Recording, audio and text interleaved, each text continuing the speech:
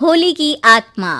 बचपन से शहर में रहने वाला मनोज इस साल होली की छुट्टियों में अपने गांव दुर्गापुर वापस आता है, जहां उसे देख पूरा गांव खुशी से झूम उठता है।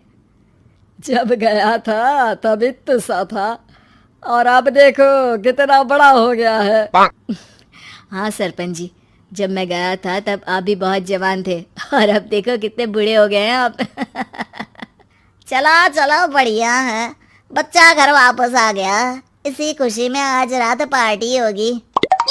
क्या बात है, गांव में भी पार्टियां होने लगी। वैसे अगर पार्टी की बात है तो आज क्यों सीधा होली पार्टी करते हैं। होली पार्टी की बात सुन चहल पहल में अचानक सन्नाटा छा जाता है, जिसे देख मनोज को कुछ अजीब लगता है। लेकिन तभी सरपंच बात पलट देता है। अब बहुत देर हो गई, चलो सब अपने घर चलो, पार्टी के बारे में कल सोचेंगे। मनोज भी मम्मी पापा के साथ घर आ जाता है, पर होली पार्टी और उस पर पूरे गांव की खामोशी वाली बात अभी तक उसके जहन से निकलती नहीं। पापा, होली पार्टी की बात पर सब चुप क्यों हो गए थे। अरे होगी उनकी कोई अपनी बात। मुझे गांव की पंचायत ही थोड़ी पता है। थक गया हूँ, चलो सो जाते हैं, कल बात करते हैं। पापा की बात मानते हुए मनोज भी सोने चला जाता है। आज तो छुपा लिया, लेकिन हफ्ते बाद जब होली का दिन आएगा तब इसे कैसे रोकोगे। अगली सुबह सूरज के साथ ही मनोज भी गांव घूमने निकल जाता है, जिस पर रास्ते में उसे अपनी ही उम्र के कुछ लड़के भी मिलते हैं, जिनसे दोस्ती कर अब वो उनके साथ घूमने लगता है। इसी तरह कुछ दिन बीत जाते हैं और होली नज़दीक आने लगती है। दोस्तों, होली में 4 दिन ही बचे हैं, पर गांव में उसकी कोई तैयारियां क्यों नहीं दिख रही। क्योंकि यहाँ होली नहीं मनाई जाती। अरे पर ऐसा क्यों। वो राजा भूषण। अरे तुम 4 दिन के लिए आए हो, क्या इतना सोच रहे हो। चलो कुछ खाने चलते हैं। इसी के साथ एक बार फिर होली की बात को टलते हुए देख मनोज को शक होने लगता है। वो घर पहुंचते ही इंटरनेट पर अपने गांव और राजा भूषण के बारे में जानकारी निकालने लगता है। क्या, मुझे आज तक ये नहीं पता था।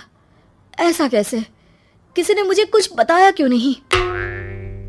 सारी जानकारी लेने के बाद मनोज गांव वालों या अपने मम्मी पापा से कुछ पूछे बिना खुद ही उसकी सच्चाई के बारे में छानबीन करने लगता है, जिसके चलते वो राजा भूषण की हवेली में पहुंचता है। वाह, क्या हवेली है यार। पर क्या यहाँ सच में कोई भूत है। हेलो भूत जी, कोई है क्या। हम इस साल गांव में होली सेलिब्रेट कर रहे हैं, क्या आप उस पर थोड़ा इंटरव्यू देंगे। मनोज के ऐसा बोलते ही गांव में तूफान उठ जाता है और हवेली में रखी सारी चीजें हिलने लगती है। एक अदृश्य शक्ति मनोज को धक्का देकर हवेली से बाहर निकाल दरवाजा बंद कर लेती है। ये सब देख मनोज हैरान रह जाता है। क्या अभी मुझे हवा ने धक्का देकर बाहर निकाल दिया। मेरे होते हुए इस गांव में कभी होली नहीं मन सकती, इसलिए दोबारा ऐसी कोशिश भी मत करना, अंजाम बुरा होगा। आवाज सुन मनोज हैरानी से इधर उधर देखने लगता है, पर उसे कोई दिखाई नहीं देता। वो गांव वापस आ जाता है, जहां तूफान की वजह से सब कुछ तहस महस हो चुका होता है।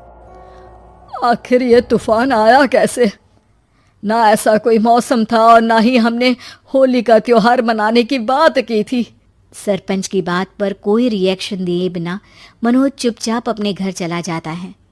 इस तरह देखते ही देखते होली का दिन भी आ जाता है और मनोज रंग लेकर गांव में निकल जाता है, लेकिन गांव पूरी तरह खाली होता है। अरे त्योहार का दिन है, धूमधाम की जगह मातम क्यों मनाया हुआ है। मनोज की आवाज सुन सब अपने घर की खिड़कियां खोल के घर के अंदर से ही उसे वापस जाने के लिए कहने लगते हैं, पर वो किसी की नहीं सुनता। तुझे पहले भी समझाया था, अगर होली खेलने की कोशिश भी की तो अच्छा नहीं होगा। अरे बात मान लो बेटा, तुम्हें सच नहीं पता।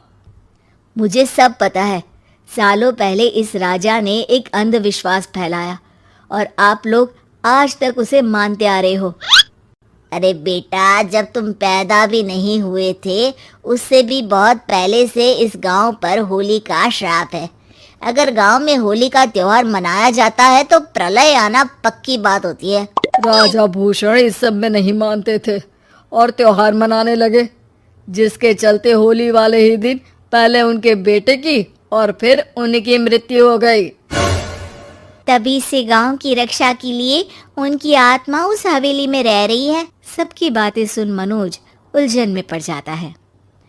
सोचना भी मत मनोज, अगर तुमने इस परंपरा को तोड़ने की कोशिश भी की तो उसका परिणाम इस गांव और गांव के लोगों के लिए अच्छा नहीं होगा। मुझे भी यकीन नहीं हो रहा कि आप लोग एक बेतुकी बात को मानकर सालों से रंगों के त्योहार को मातम की तरह मनाते आ रहे हो। मनोज किसी की कोई बात ना मानते हुए पूरे गांव में रंग बिखेर देता है, जिसके तुरंत बाद वहां तूफान के साथ बिजलियां गरजने लगती है।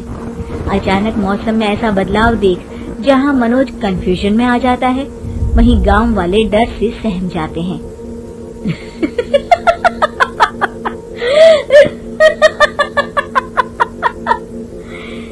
इस लड़के ने हमारे जैसे सिर्फ अपने स्वार्थ के लिए नहीं बल्कि पूरे गांव की खुशियों के लिए यहाँ होली मनाई है, जिस वजह से अब इस गांव पर होली का श्राप टूटता है। ऐसा बोलकर राजा का भूत वहां से गायब हो जाता है, जिसके बाद गांव के लोग धूमधाम से होली मनाते हैं। खुशियों के रंग गांव में बिखरे ही होते हैं कि अगली सुबह अचानक मनोज कहीं गायब हो जाता है और एक बार फिर गांव में होली का नया राज शुरू हो जाता है।